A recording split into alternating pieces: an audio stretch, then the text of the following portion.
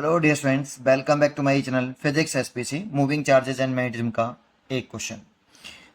To identical long, important है long, conducting wires AOB and COD are placed right angle to each other with one above the other such that O is their common point. The wires carries current I1 I2 respectively. Point P is lying at a distance D from O along direction perpendicular to the plane containing of the wires, खासकर ये plane और perpendicular. The magnetic field at the point P will be. तो इसका अगर diagram आपने बना लिया ना तो क्वेश्चन खत्म। इसमें बहुत से बच्चे डायग्राम ही नहीं बना पाते कि कैसे डायग्राम बनना है। तो जरा समझें, थोड़ा सा 3D है कि एक हमारे पास long infinity current carrying wire है, ऐसे बना लो। चलो ये लॉन्ग इन्फिनिटी वायर है बेटा, ए ओ बी मान लिया, ये पॉइंट ओ मान लिया और ये बी। करंट की डायरेक्शन कुछ भी दिखा लो, ऊपर दिखा लो, नीचे दिखा लो, बिकॉज यहाँ पे मैग्नीट्यूड ही पूछा बस केवल। तो करंट की डायरेक्शन मैंने दिखा दी, ए ओ बी में करंट दिखा दिया मैंने I1 ऊपर की तरफ। अब जो दूसरा वायर है ना सीओडी, वो परपेंडिकुलर है ईच अदर और उनका common center, common point O है। तो दूसरा लॉन्ग वायर आप ऐसे बना लो, ये लॉन्ग इन्फिनिटी वायर है आपका सीओडी और ओ सेंटर कॉमन है, ऐसे कंट बना लो, इधर बना लो, इधर बना लो, उसे कोई फर्क नहीं पड़ेगा। I2 अब ये दोनों वायर एक्स वाई प्लेन में हो गए, इस पेपर के प्लेन में हो गए वो बेटा। ये this is X Y plane, मान लो ये एक्स एक्सेस है और ये वाई एक्सेस है। तो ये इसका इन दोनों वायरों का जो प्लेन हो गया वो ये वाला हो गया, एक्स वाई प्लेन। अब उसने क्वेश्चन में क्या बोला है जरा ध्यान सुनना। पॉइंट पी है जो लाई कर रहा है at a distance D from O, तो फ्रॉम ओ से डी दूरी पर है एक point P, along a direction perpendicular to the plane containing the wire. मतलब जिस प्लेन में ये दोनों वायर लाई कर रहे हैं उस प्लेन के परपेंडिकुलर आप मूव करिए डी दूरी पर ओ से, तो वहां पे एक पॉइंट पी है। तो इस प्लेन के परपेंडिकुलर आपको थोड़ा सा ऊपर आना पड़ेगा, ऐसे इस पॉइंट से आपको इस प्लेन के परपेंडिकुलर ऊपर चलना है, ऊपर की तरफ वर्टिकली, है ना। और इस पॉइंट पर आके डी दूरी पर आ गए सेंटर से, आप सेंटर से डी दूरी पर आ जाओ, ऊपर आ जाओ कुछ, यहां से चलो ओ पॉइंट से ऐसे चलो डी, और पी पॉइंट यहां आ गया। इस पॉइंट पर मैग्नेटिक फील्ड पूछ रहा है।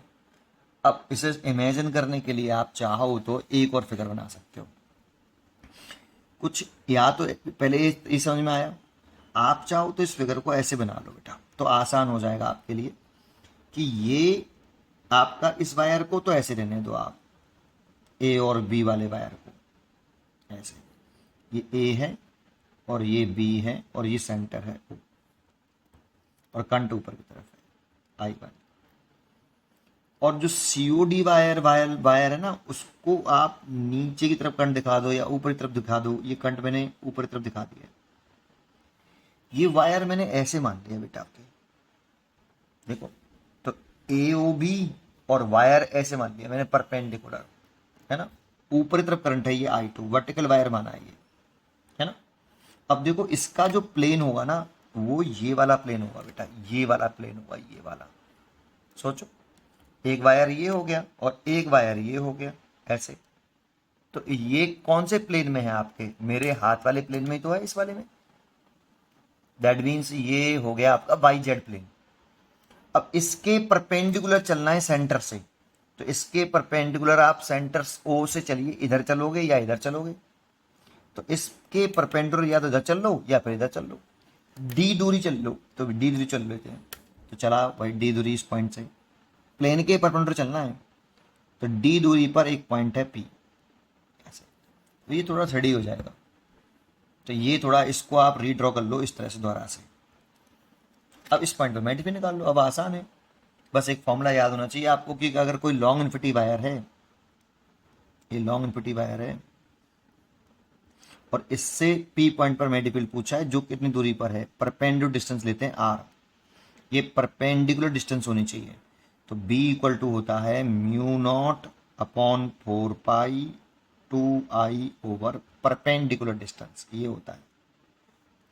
चाहो तो 2 से ये 2 कैंसिल कर लो, तो mu naught I over 2 pi r। Due to long infinity straight wire के लिए फॉर्मूला होता है। लॉन्ग इन्फिनिटी स्ट्रेट वायर होगा तो ये फॉर्मूला हम लगा सकते हैं। तो इसमें 2 लॉन्ग इन्फिनिटी स्ट्रेट वायर है, लगा लो। दर्शन दिखाना आनी चाहिए बस, केवल राइट हैंड पाम रूल से दर्शन दिखा लेंगे।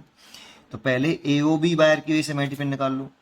B कितना मान लेते हैं, 1B2 दे रखा है, नहीं, B AOB वायर के लेता हूँ इज इक्वल टू, ये वाला फॉर्मूला लगा रहा हूँ। तो म्यू नॉट करंट है आपकी I1 और परपेंडिकुलर डिस्टेंस है से D, है ना, वायर से परपेंडिकुलर डिस्टेंस, तो 2 पाई D, इतना मैग्नेटिक फील्ड हुआ। दर्शन निकालें तो राइट हैंड पाम रूल लगा लो। Right hand palm rule, right hand है तो थंब करंट की डायरेक्शन में, फिंगर जिस पॉइंट पर मैग्नेटिक फील्ड कैलकुलेट करना है उसकी डायरेक्शन में, और पाम के परपेंडिकुलर, ये पाम नहीं है, पाम ये है, पाम के परपेंडिकुलर बाहर की तरफ डायरेक्शन होती है बेटा, ऐसे, है ना। तो जब आपका पाम ऐसे हो जाएगा तो बाहर की तरफ, पाम से परपेंडिकुलर बाहर की तरफ, नीचे की तरफ हो जाएगी डायरेक्शन, है ना, करंट डायरेक्शन ये, और मैग्नेटिक फील्ड नीचे की तरफ से देखो डाउनवर्ड चला गया, डाउनवर्ड। तो इस AOB वायर की ऐसे मैग्नेटिक फील्ड आ रहा है डाउनवर्ड, ठीक है, इस वाले पॉइंट पर डाउनवर्ड मैग्नेटिक फील्ड आ गया, ठीक है। अब वायर COD, तो COD वायर मैंने ऐसे माना है वर्टिकल ऊपर, और लॉन्ग इन्फिनिटी वायर है, दोनों साइड में लॉन्ग है बेटा, एक साइड में नहीं है, दोनों साइड में लॉन्ग है, नीचे भी लॉन्ग ऊपर भी लॉन्ग, और ये D दूरी पर मैग्नेटिक फील्ड पूछ रहा है। तो कितना COD वाली वायर के ऐसे BCOD equal to mu naught current I2 है, और परपेंडिकुलर सेपरेशन इसकी भी D है, तो 2 पाई D। इसकी डायरेक्शन देखेंगे तो करंट की डायरेक्शन को मैंने ऊपर की तरफ माना है। अब तो थंब करंट की डायरेक्शन में हो गया, राइट हैंड पाम रूल लगाओ, थंब करंट की डायरेक्शन में, finger toward the points, palm के परपेंडिकुलर मैग्नेटिक फील्ड ऐसे आएगा, देखो बाहर की तरफ ऐसे, है ना। तो कुछ मैग्नेटिक फील्ड इस जगह पर, इसका B2 ऐसे आया, BCOD ऐसे आ रहा है, और डाउनवर्ड डायरेक्शन में आ रहा है BOB। अब देखो ये दोनों आपस में कैसे हैं, परपेंडिकुलर हैं। तो नेट मैग्नेटिक फील्ड निकालने के लिए क्या करना पड़ेगा, आप फॉर्मूला लगा लो दो वेक्टर के एडिशन का, कि रूट के अंदर B, इसे B1 मान लेता हूं, इसे B2, तो B1 का स्क्वायर प्लस B2 का square plus 2B1 B2 cos 90। भाई सेम डायरेक्शन में ऐड करते हो, ये फॉर्मूला होता है थीटा, थीटा 0 रखोगे तो B1 प्लस B2 का स्क्वायर हो जाएगा, थीटा 1 रखो तो B1 प्लस B2 का स्क्वायर हो जाएगा। थीटा 90 डिग्री है, इन दोनों मैग्नेटिक फील्ड के बिटवीन कितना एंगल है, ये ऐसे है और ये डाउनवर्ड डायरेक्शन में है बेटा, तो 90 डिग्री एंगल हो गया। तो यहाँ पुट कर दो, ये तो 0 हो जाएगा पूरा, और B1 और B2 मैग्नीट्यूड में बराबर है, देखो ये B1 हो गया और ये B2 नहीं, बराबर नहीं है, सॉरी, वैल्यू पुट करनी पड़ेगी रूट के अंदर। B1 की वैल्यू पुट करो म्यू0 I1 बटे 2 पाई D का होल स्क्वायर, I1 अलग है बेटा, mu naught upon mu naught I2 बटे 2 पाई D का होल स्क्वायर। अब सॉल्व कर लो इसको, है ना, केवल सॉल्व करना है। तो यहाँ से देखो बाहर क्या आ जाएगा, तो आपका बाहर आ जाएगा B equal to root square है, स्क्वायर कॉमन ले लो, तो म्यू0 कॉमन आ जाएगा बाहर, और 2 पाई D कॉमन आ जाएगा बाहर, और रूट के अंदर रहेगा इधर I1 का स्क्वायर प्लस कॉमन लेके बाहर आ गया ये, ठीक है, स्क्वायर भी था इसलिए रूट से बाहर आ जाएगा, और ये I2 का स्क्वायर। तो आप ले सकते हो इसे म्यू0 अपॉन 2 पाई D, I1 का स्क्वायर प्लस I2 का स्क्वायर की पावर 1/2, इतना मैग्नेटिक फील्ड आया। तो चेक कर लेते हैं कौन सी चॉइस सही है, D चॉइस इसकी सही है। उम्मीद करता हूँ कि आपको ये जरूर समझ में आया होगा। पढ़ते रहिए और खुश रहिए।